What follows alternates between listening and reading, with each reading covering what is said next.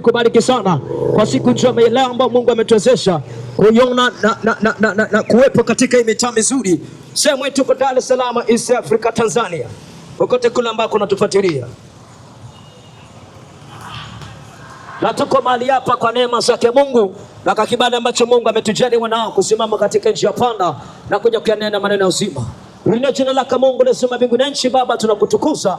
Asante kwa wakati mzuri ambao Kristo ametupa nafasi pekee nao kusimama njiani hapa katikati wafanya biashara, lakini kwa magari mengi ambayo yanapita na wananchi wengi ambao watazunguka mahali hapa na wote wanatupatia katika mitandao ya kijamii. Asante Mwokozi kwa kuwa unaweza. Roho Mtakatifu tamalaki mahali hapa na yote anatupatia kwa njia sasa yetu kifama uende kumjaza baraka tena kwa mfunulie mtu yote yule apate kujua siri ambazo Mungu ameziruhusu katika kizazi hicho, watoto wako tupate kuziangaza na zipate kuzisema katika kila mtaa, kila chochoro na katika kila sehemu. Asante Mwokozi kwa kuwa unaweza, natosha katika jina lako Yesu Kristo, jina lipitalo majina yote. In Jesus name I pray. Amen.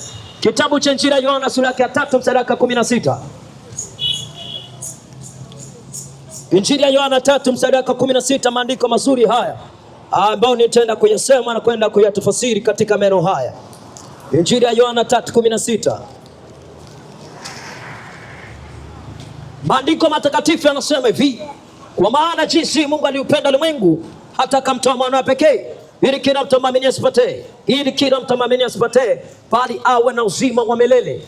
Maandiko mafupi sana na mazuri katika Injili ya kitabu cha Yohana yanatuelekeza, inatuonyesha upendo wa Mungu. Inaanza kustart na neno love, agape kwa Kigiriki. Huu ni upendo wa mwanadamu yoyote ambaye hawezi kuwa nao. Sisi tuna fileo, upendo wa baba kwa mtoto. Umeona? Sasa upendo unaitwa agape. Kwa Yohana 3:16 kwamba kwa maana jinsi Mungu aliupenda ulimwengu. Upendo ambao Mungu anautangaza hapa si upendo wa baba kumpenda mwana, na si upendo wa mke kumpenda mume, na si upendo wa mume kumpenda baba. Ni mahaba ambayo yamepitiliza kuliko upendo wa kawaida wa kibinadamu. Yohana 3:16 inatangaza pendo la Mungu katika maisha ya wanadamu.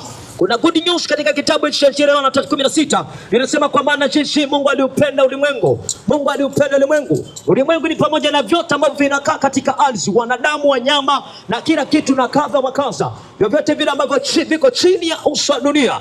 Maandiko yanasema kwamba Mungu aliupenda ulimwengu. Katika andiko hili kuna tafasiri ya mambo ambayo yalipita, lakini natangazwa kwa mambo ambayo yapo. Ukisikia kwamba Mungu aliupenda, kuna neno aliupenda. Before neno aliupenda ina mwanzo dunia ilikuwa imefarakana na Mungu. Ndio maana Yohana 3:16 maandiko yanasema Mungu aliupenda. Neno aliupenda kuna tafasiri ya neno nyuma ambayo ilikuwa bado pendo la Mungu halijathibitika katika maisha ya wanadamu. So nikazidi kusoma sana Biblia na kuzidi kuchunguza wapi neno limetoka na kwa nini Injili ya Yohana inasema kuhusiana na upendo wa Mungu katika maisha ya wanadamu. Kwamba kwa maana jinsi Mungu aliupenda ulimwengu, mahaba yanatangazwa mahali pale. Na nikazidi kueleza ni nani huyu ambaye anatangaza maneno haya, na ni nani huyu ambaye anaongea maneno. Tunapata habari moja, ni nyakati ambapo mtu mmoja wa zamani sana, ambapo Wayahudi walimuita Yeshua, Waingereza kumuita Jesus, Waarabu wakamuita Yeshua ni Masi, Wasetu kumuita jina Yesu Kristo. Miaka 2025 iliyopita, ukiachana na 26 ambao tunao, Kristo Yesu alikuja, akaja kwa mfumo wa kawaida wa kibinadamu, akazalia katika honda kulia ng'ombe. Mwanamke mmoja alipata nafasi ya kumleta Yesu Kristo duniani, mwanamke safi ambaye alitunza binti wake anaitwa Mariamu. Karibu almost dini zote anamkubali na kuappreciate kusana na mtu huyu, mwanamke mzuri ambaye alitunza binti wake anaitwa Bikira Mariamu, akapewa nafasi ya kumleta Yesu Kristo duniani. So Biblia inasema Yesu akakuwa katika kimo na maarifa, akiwapendeza wanadamu pamoja na Mungu. Injili ya Luka sura ya 2 mstari wa 52 ndio hayo maandiko yanasema kwamba Yesu naye akakuwa katika kimo na maarifa, akiwapendeza wanadamu pamoja na Mungu. So before Kristo baada ya Yesu kuja duniani, aliishi mazingira ya kawaida kabisa kama vile wewe ambavyo unaishi. Kwa maana Biblia inatafsiria inasema aliupendeza Mungu pamoja na mwanadamu. Ina maana watu wote Yesu aliwapendeza na kuisha tu kwa mwanadamu, zaidi ya yote akampendeza Mungu. Lakini maandiko yanasema katika Injili ya Yohana 3:16 kwamba kwa maana jinsi Mungu aliupenda ulimwengu hata akamtoa mwanawe pekee, ili kila mtu amwamini huyo mwana asipotee, bali yoyote atakayemwamini atakuwa na uzima milele. Bwana, kuna good news hapa tunapata, neno lingine lileta kusema habari ya eternal life. Tunapata uzima milele, uzima milele. Katika maisha kawaida ambayo tunaishi, dunia inazidi kutufundisha kwamba tunaishi maisha muda mfupi tu. Hata uwe na nyodo kiasi gani, una mwisho. Yani hapa ndio mwisho wa kiburi cha mwanadamu. Ujaze pesa, ufanye harakati mtaa, ushagule, ufanye kila harakati za kutafuta pesa, lakini kuna ukomo. Wewe maisha yako ni kama bidhaa ambayo iko dukani, ikiisha muda wake tarehe wakipita, wakikuta bado ipo, utajua tarehe wa Mungu wako vipi. Kwa maisha yako ni kama bidhaa, ikiisha unatoa nje unachukua nyingine. Na ndivyo system ya maisha ilivyo. Time yako kuishi duniani kisha hautasema bwana nagoma, siondoki. Unanyakuliwa tu. Na bahati mbaya kifo kiungwi, hata na mabilioni utaondoka. Sasa tunaishi kwa muda mfupi sana duniani. Wengine angekewa miaka 70, wengine 60, wengine 90. Na 90 kuchomoka ni kazi, kwa sababu life ya msoso mwanadamu imebadilika. Sasa tunakula vitu ambavyo vimesindikwa sana. Kuonesha mwanadamu kuishi inapungua. Alafu kuna kitu tena kinaitwa dhambi, kinapunguza urefu wa maisha mwanadamu kuishi. Sasa tunaishi kwa muda mfupi sana. Na tu short anaitwa Mr. Tito. Barikiwa sana. Mungu abariki kazi ya mikono yako. From zero to hero. Rafiki zangu, sasa umri wa kuishi duniani tunaishi maisha mafupi sana. Hatuna eternal life. Hatuna muda mrefu rafiki zangu ambao mnanisikiliza mahali hapa. Kwa tumepewa na Mungu bonus ya kuishi kwa muda mfupi. Kwa nini naongea maneno? Katika Injili ya Yohana hapa, tafsiri ya Biblia hapa inatuambia kwamba kuna kitu kinaitwa uzima milele. Kuna uzima milele. Alafu kuna upendo wa Mungu katika maandiko haya. Lakini upendo wa Mungu umethibitika kwa namna gani? Before Kristo Yesu kuja duniani, kuna kitu ambacho kilimfanya mwanadamu afarakane na Mungu. Kuna jambo ambalo lilimfanya mwanadamu huyu ashinde kuwa na mahusiano mazuri yeye na Mungu. Na hili jambo linaitwa dhambi. Sasa dhambi ndio jambo pekee yake ambalo linamfarakanisha mwanadamu na Mungu. Na bahati mbaya dhambi haiangalii dini. Haikujui kama wewe ni Sunni, haikujui kama wewe ni Shia, haikujui kama ni Baniani, haikujui kama ni TG, haikujui kama ni Katoliki, haikujui kama wewe ni Lutheran. Dhambi haikujui kama wewe ni FPC. Bahati mbaya ni kwamba dhambi inatafuna kila mwanadamu. Na dhambi haiogopi umevaa kanzu au suti, haiogopi umevaa hijabu au umevaa msalimia shangazi kaja. Dhambi haiangalii hivyo. Na dhambi inatawala katika maisha ya mwanadamu pasipo kuangalia dini, kabila wala dhehebu. Na jambo ambalo litakufanya usipate kuingia mbinguni na usipate kuingia peponi sio kuswali swala 5, sio kuingia kila siku Jumapili kanisani. Kitu kitakachokufanya upenye na kuingia peponi, kitabu cha Injili ya Mathayo 5:3, maandiko yanasema heri wenye moyo safi, maana hao ndio watakaomwona Mungu. Pale hakuna Sunni, hakuna Muislamu, hakuna Mkatoliki, hakuna Kristian, hakuna mlokole. Kitabu cha Mathayo 5:3, Biblia haijui maana ya dini, ila yenyewe ina maandiko. Katika Biblia hamna dini, kuna maandiko. Sasa Yohana 3, kitabu cha Mathayo 5:3 inasema heri wenye moyo safi, maana hao ndio watakaomwona Mungu. Sasa Biblia inazidi kutufafanulia na Biblia inazidi kutuelekeza kwamba nafasi pekee mwanadamu kuirithi pepo, nafasi pekee mwanadamu kupata kuingia katika ufalme wa Mungu ni kuachana na vitu ambavyo vinaitwa dhambi. Sasa iko hivi, mimi na wewe ambao tumezaliwa katika umbile la kawaida tu, ambaye ni biological imetokana. Warumi 3:23 maandiko yanasema wote tumetenda dhambi na tumepungukiwa na utukufu wa Mungu. Kitabu cha Warumi kinatuweka wazi kwamba hakuna hata mwanadamu mmoja ambaye ana uwezo wa kuishinda dhambi. Hayupo hata mmoja. Na ndio maana unaweza kuingia msikitini lakini bado ukashinda kuacha sigara, ukashinda kuacha matukano, bado kwenye kanzu yako kaweka ugoro, bado mdomo likajaa matusi. Umeona kazi tulionayo hiyo? Bahati nzuri na ubiri ukweli, tunaishi nao mtaani humu. Una kanzu lakini hujaacha sigara. Una kanzu lakini unabugwaja kila siku, unabuya ugoro. Una kanzu na kibandiko bado domo limejaa matusi. Una Biblia umeshika bado unazini. Una Biblia umemeza kitabu cha Mathayo bado mitungu umeshinda kuacha. Umeona ubaya au ambao tunaishi nao? Sasa iko hivi rafiki zangu, kilichonifanya nije mahali hapa ni kukuhubiria kweli. Yohana 8:32 maandiko yanasema nao utaifahamu kweli, subiri dini hapa.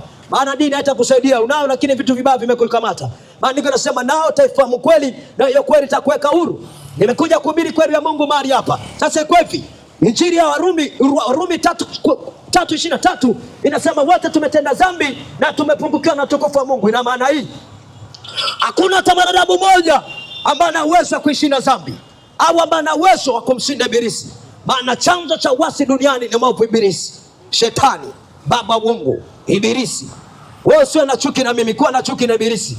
Maana mimi sina mbingu kukupeleka, lakini na maelekezo kukupeleka. Kwa mbaya adui yetu ni ibilisi, sio dini. Ibilisi ndo adui yetu. Adui ya kwako wewe na mimi ni mmoja tu, ambaye anaweza akatusababisha tusipenye kuingia mbinguni. Ni ibilisi, wala sio dini. Ibilisi, shetani, baba wa uongo, joka la zamani. Ibilisi inaitwa yeye ambaye aliongopa wakati wa zamani. Sasa iko hivi rafiki yangu, namna hii inakuja, nataka upate kunielewa vizuri. Yohana 3:16 ambayo nimeanza kuisema, kuna upendo wa Mungu unatangazwa katika maisha ya mwanadamu. Ijapokuwa kuna maasi mengi, ijapokuwa shetani amemkamata mwanadamu na kumfunga katika matendo mabaya, Biblia inatuelekeza na inatuambia kwamba kunao uwezekano wa mwanadamu kuishi maisha matakatifu duniani pasipo kutenda dhambi. Unaweza kaniambia, mwinjilisti, bwana mdogo, hilo ni jambo ambalo haliwezekani. Yesu akasema yasiyowezekana kwa mwanadamu kwake yeye inawezekana. Ni jambo gumu sana mwanadamu kuiacha dhambi kama sipokuwa na uwezesho wa Mungu. Hilo ni jambo gumu sana. Hata mimi kipindi na buya madawa kulevya, nikiwa mchikichini, soba imedunda, Methadone imedunda, ilikuwa ni vigumu sana kuacha aroso kama hizo. Lakini sasa nimefunuliwa kweli ya Mungu, akaona kushuhudia. Dunia ni mbaya sana hii kama hauna nguvu za Mungu ndani ya maisha yako, na ibilisi hana huruma. Yohana 3:16 Yesu anatangaza kuhusiana na upendo wa Mungu katika maisha ya wanadamu. Oho, hapa kuna habari njema. Inasema kwa maana jinsi Mungu aliupenda ulimwengu, tunaona love, afu akamtoa mwana pekee ili kila mtu amwamini asipotee, bali yeyote atakayemwamini atakuwa na uzima milele. Maandiko yanasema Yohana, lakini ananukuu katika maandiko ambayo Yesu alikuwa anaongea. Ukisoma Injili ya Yohana sura ya 3 ukianzia mwanzo hapa, Yesu alikuwa anaongea na Farisayo mmoja anaitwa Nikodemo. Nikodemo ambaye alikuwa ni kuhani mmoja wa dini ya Kiyahudi. Huyu bwana alimjia Yesu nyakati za jioni, akataka kubonga na Yesu na akataka kumpeleleza Yesu kuhusiana na habari za kupenya kuingia mbinguni. Yesu akamchana, akamwambia, sikia nikwambie Nikodemo, usipozaliwa mara ya pili hauwezi kuurithi uzima milele. Wamebonga na Yesu, akabonga na Yesu, akabonga kwanza sura ya kwanza, wanadondoka mpaka mstari wa 16 mpaka mstari wa 16 ndio Kristo Yesu anasema, hakika kwa maana jinsi Mungu aliupenda ulimwengu hata akamtoa mwanawe pekee ili kila mtu amwamini asipotee, bali wote watakaoamini watakuwa na uzima milele. Uzima ambao unatamka ni nini? Yesu baada ya kuja duniani kulikuwa kuna kitu kinaitwa dhambi. Dhambi ndio jambo ambalo mwanadamu alishindwa namna gani kuliacha. Yesu baada ya kuja duniani anaanza kutufundisha maisha safi ya kuishi mtaani pasipo kuitenda dhambi, ya kuishi mtaani kumseta shetani pamoja na kazi zake zote. Akaishi maisha matakatifu sana mpaka Yesu kwa challenge. Kwanza kitabu cha Injili ya Yohana sura yake ya 7, ya 8, ya 9, ya 10 anaambia Wayahudi, ni nani kati yenu ambaye ananistaki kwa mimi nina dhambi? Maandiko yanasema wakakosa dhambi ya kumshtaki Yesu. Ina maana Biblia inatuelekeza Yesu alikuwa mtakatifu, wala hakuwa na dosari la dhambi ndani yake. Ndio maana Wayahudi walimuita jina Rabi. Rabi ni jina la Kiebrania, tafsiri ya Kiswahili maana yake mwalimu. Ina maana iko hivi, waliona kuwa Kristo Yesu ana maelekezo tosha ya jinsi gani mwanadamu ambavyo anaweza akaishi maisha matakatifu. Wakati ambapo Yesu amewatuma wanafunzi, kitabu cha Injili ya Mathayo sura ya 10, Luka sura ya 10 na Marko sura ya 10, anaambia nendeni bwana mkahubiri habari za uzima kila sehemu mtakapofika, na kila sehemu mtakapotia mguu waambie ufalme wa mbinguni umekaribia. Ufalme wa mbinguni unaambatana na mambo yafuatayo. Kwanza, connection yako wewe baina na Mungu, uhusiano wa mwanadamu na Mungu. Lakini jambo namba 2 ni msamaha wa dhambi katika maisha ya mwanadamu. Wakati wanafunzi wanarudi kwa Yesu kumpasha habari, kumwambia Bwana, mapepo yanatutii, kansa zinaondoka, watu wanapata kufunguliwa, Yesu anasema nimeona Shetani akianguka kama umeme. Lakini kisha anaambia kitabu cha Injili ya Luka 10:19, tazama nimewapa mamlaka ya kukanyaga nyoka na nge na nguvu zote za roho wa adui, wala hapana nguvu yoyote itakayowazuru. Wakaza maneno haya na ambao nafuata katika njia ya mitandao ya kijamii. Tunapomhubiri Yesu Kristo, tunahubiri uwezo wa Mungu ndani ya maisha ya mwanadamu. Yesu akaanza kuitenda kazi ya Baba, akipita kila chochoro na kila sehemu, akiwasamehe watu dhambi na kuwaponya maradhi yao. Akamwambia kwamba kuanzia sasa ufalme wa mbinguni umekaribia. Na hili ndio agizo ambalo Yesu anatuagiza. Matendo ya Mitume sura ya 1 na ule mstari wa 8. Yesu anasema nanyi mtapokea nguvu akisha kwa juu ya Roho Mtakatifu. Nanyi mtakuwa mashahidi wangu kwa Yerusalemu, Samaria, Yudea mpaka misho ya nchi, yani Agrei, mtaa wa Kongo, mtaa wa Nyamwezi, barabara ya Lumumba, kote huko mtazisema habari za uzima na kuambia kila mwanadamu kwamba kuna msamaha kwa njia ya imani ya kumwamini Yesu Kristo ndani ya maisha yako. Nataka niweke sawa, Yesu hana dini. Yesu sio Muislamu, sio Mkatoliki. Yesu sio Lutheran. Yesu sio Papa Agape. Yesu sio TG. Yesu sio FPCT. Wewe nashangaa watu kwenye midaro wanamgombania Yesu Muislamu, Yesu Mkristo, yani mpumbavu bwana. Yesu anasema kipofu hawezi kumuongoza kipofu wenzake, hata atadumukia katika shimo. Yesu ana dini, hamna dini ya Yesu katika Biblia. Ila kuna wokovu, msamaha wa dhambi. Ndio kitu ambacho Yesu amekiacha. Ndio maana kila atakayeliitia jina la Bwana, Warumi 10:13, kila atakayeliitia jina la Bwana ataokolewa. Yani kila atakayemsadiki Yesu ataokolewa, pasipo kujali dini, kabila, dhehebu wala nafasi yoyote ambapo natokea. Ndio maana habari njema tunahubiri duniani kote, wapate kuelewa kwamba kwa nguvu ya Yesu Kristo wanadamu wanapata msamaha na wanadamu wanapata wokovu kwa njia ya imani na kwa njia ya kusadiki habari zake Yesu Kristo. Maana sionei haya Injili, kwa sababu Injili ni uwezo wa Mungu unaleta wokovu katika maisha ya mwanadamu. Kwa nini tunahubiri Injili sasa? Tunahubiri Injili kwa sababu namba moja, tunapunguza idadi ya watu kwenda jehanamu. Unajua kwenda jehanamu ni uamuzi na kuokoka ni uamuzi. Ndio maana tunazimishana. Sisi sio watu wa Mogadishu, hapa sio Iraki kwamba tumekushikia mtutu uamini. Hii ni Tanzania. Unaokoka kwa kuamini tu na ulazimishi na mtu. Na ndio maana habari njema tunazihubiri bure. Hatuna jihadi sisi. Unaokoka bure na unaokoka kwa maamuzi yako mwenyewe. Ndio maana nasema kila atakayeliitia jina la Bwana, sio kwa kulazimishwa, kwa kuamini, kisha atapata wokovu. Tunazisema habari za Yesu ambazo ndani yake zina msamaha wa dhambi na zinaondoleo la dhambi katika maisha ya mwanadamu. Rafiki zangu, akasha maneno haya na watu ambao mnafuata katika mitandao ya kijamii, Yesu anaokoa, Yesu anasamehe dhambi, Yesu anatakasa. Na maliza na story moja hii. Kitabu cha Injili ya Yohana sura ya 8. Wakati Yesu ameketi mahali fulani akiwa katika sinagogi, maandiko yanasema wakamletea mwanamke ambaye alifumania akizini. Na Torati ya Musa imeamrisha kushika mwanamke akizini, mshushie mkongoto wa moyo mpaka afe. Wakamletea hiyo kesi Yesu. Wakamwambia Yesu, wewe mkamata mwanamke akizini, na Torati imeamrisha tukishika mwanamke akizini tupige kama yeye na afe. Wakasema Bwana, wewe unasemaje kuhusiana na kesi?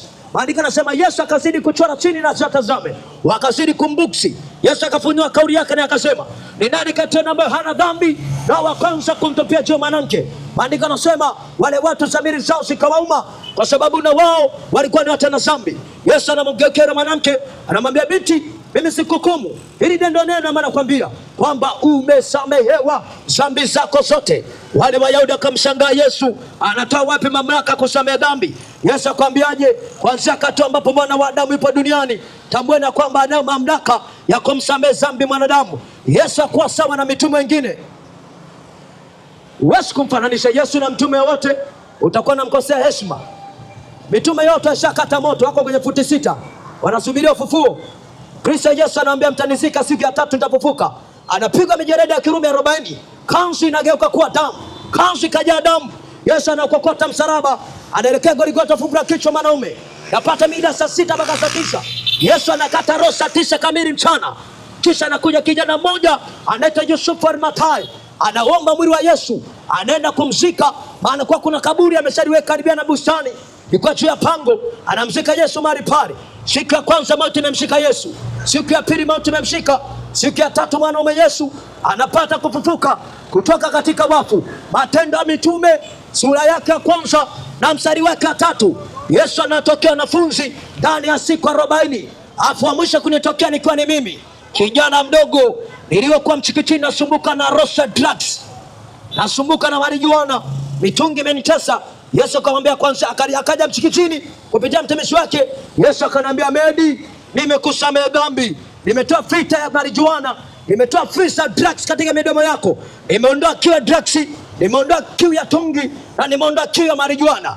Leo nimekamata Biblia njia panda hapa na sehemu katika barabara Rumumba na kuhubiria habari za uzima. Na msema Yesu, subiri story na hubiri maisha. Nazungumza Yesu ambaye yuko ndani yangu, nazungumza maisha ambayo ninaishi. Sizungumzi story za mtume, nazungumza habari za maisha. Nathan nimekuona. Nazungumza habari za maisha ya Mungu ndani ya mwanadamu. Yesu yu hai, Yesu anasamehe, Yesu anaokoa. Kuna mtu anasema, mtumishi nifanye nini ili nipate kurithi uzima milele?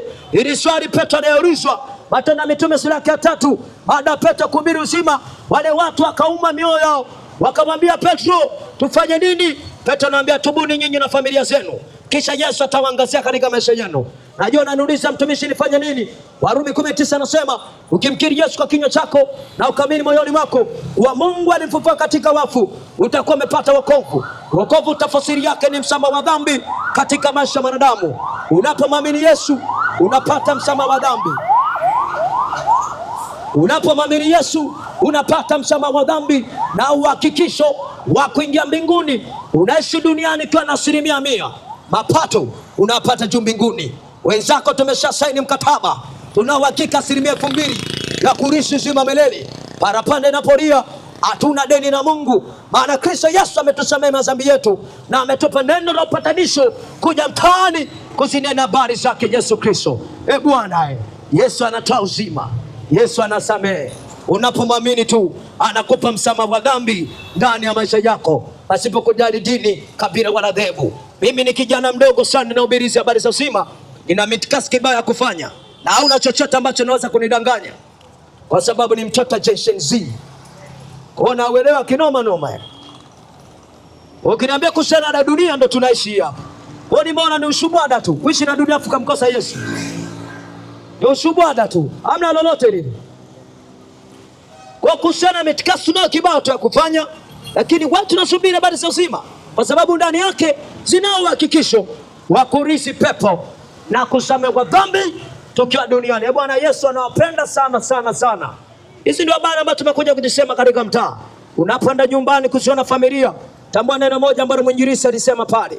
Yule dogo janja ambaye kama amevaa kofia imeandikwa Yesu na masela, alisema kwamba Yesu anatupenda na Yesu anazungumzia kutusamehe dhambi. Ajalishi unapitia struggle, unaumwa, una magonjwa kurogwa haya, kazini vitu viendi, mwekelee Yesu. Usitumie uganga kazini, utapotea bwana mdogo. Mwamini Yesu pekee. Litie jina la Mungu katika kazi. Usimtegemee mwanadamu. Imeandikwa ameraniwa mtegemee mwanadamu na kumfanya kwa kinga yake, na moyoni mwake amemwacha Mungu. Ama sara duniani yapata kwa muda mfupi tu, hayana eternal life, hayana uzima milele. Unapofanya kazi, kuwa na uhakika kuidisi pepo. Yesu anatoa msamaha, na Yesu anamsamehe mtu yoyote yule ambaye atafungua mlango na kusema, Yesu niko hapa, nataka unisaidie. Hii ni sala toba.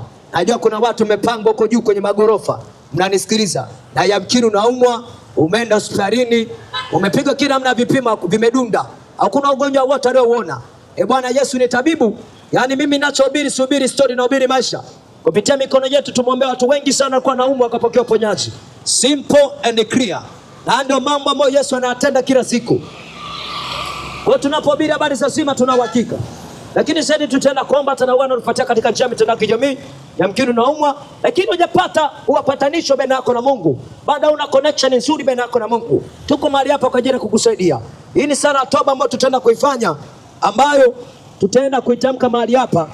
Utairudia tu, afukisha mimi nitaenda kukuombea. Mimi naamini sana katika maombi. Tena kukuombea na Mungu ataenda kufanya mambo mema sana ndani ya maisha yako. Sema Bwana Yesu. Sasa ni sala toba, utarudia kile ambacho nakisema. Hii ni confess. Yaani ni neno la ukiri tu, lakini kinachotakiwa ni kuamini kuhusiana kwamba Yesu anaweza kukusamehe na kukusaidia. Hata kama umebana kwenye matatizo, wewe tamka Yesu tu katika matatizo. Rafiki yangu, jina la Yesu ni jina lenye nguvu. Ndio maana nakushangaa sometimes kuna mtu fulani alienda kuhubiri, niko nahubiri tu mwanangu, nikadondoshia chupa kutokea juu orofani. Ilikuwa ni furaha pili. Afaro ndondoshia ni mzee. Sasa kamwambia mzee, ulitaka nikavute bangi ndio furahi au ulitaka nikanyonye shisha ndio furahi? Wakanidondoshia chupa kutoka juu, nikacheka sana, nikamwambia mzee, umezeeka na una maarifa. Nakuonea huruma, maana unaumvi afa una maarifa. Kwa rafiki zangu hizi habari tunazosema ni nzuri na zenye maarifa. Sio tarudia sala toba itana kukusaidia. Sema Bwana Yesu, naja mbele zako. Natambua kwamba mimi ni mtu mwenye dhambi. Naomba unisamehe makosa yangu na unifutie kila aina madhambi ambayo nimeyatenda. Kuanzia leo hii na uanze mwanzo mpya. Ninakukiri wewe Yesu, wewe Bwana na Mwokozi wa maisha yangu. Na kila aina nguvu za giza ambazo ziko ndani ya maisha yangu ninazikataa, hazina mamlaka, na kukaribisha Roho Mtakatifu uwe ndani yangu kuanzia sasa na hata milele. Na kuanzia leo hii, Yesu Kristo, ninakukaribisha katika maisha yangu. Tengeneza ujana wangu, tengeneza familia yangu, tengeneza biashara yangu, na kile kitu ambacho kinazunguka katika maisha yangu ninakukabidhi wewe, katika jina la Baba na la Mwana na la Roho Mtakatifu, amen. Bwana Yesu, asante kwa neema ajabu. Kuna watu kwa njia ya mtandao wa kijamii, wapo Tanzania, Namibia, wapo Kongo, wako Ethiopia, wapo Iraki, Madagascar, Afghanistani. Bwana, umetuconnect kwa njia ya mtandao wa kijamii, na kila sehemu hizi habari zinapita. Walioko Marekani, UK, Bwana, hizi habari zinaenda.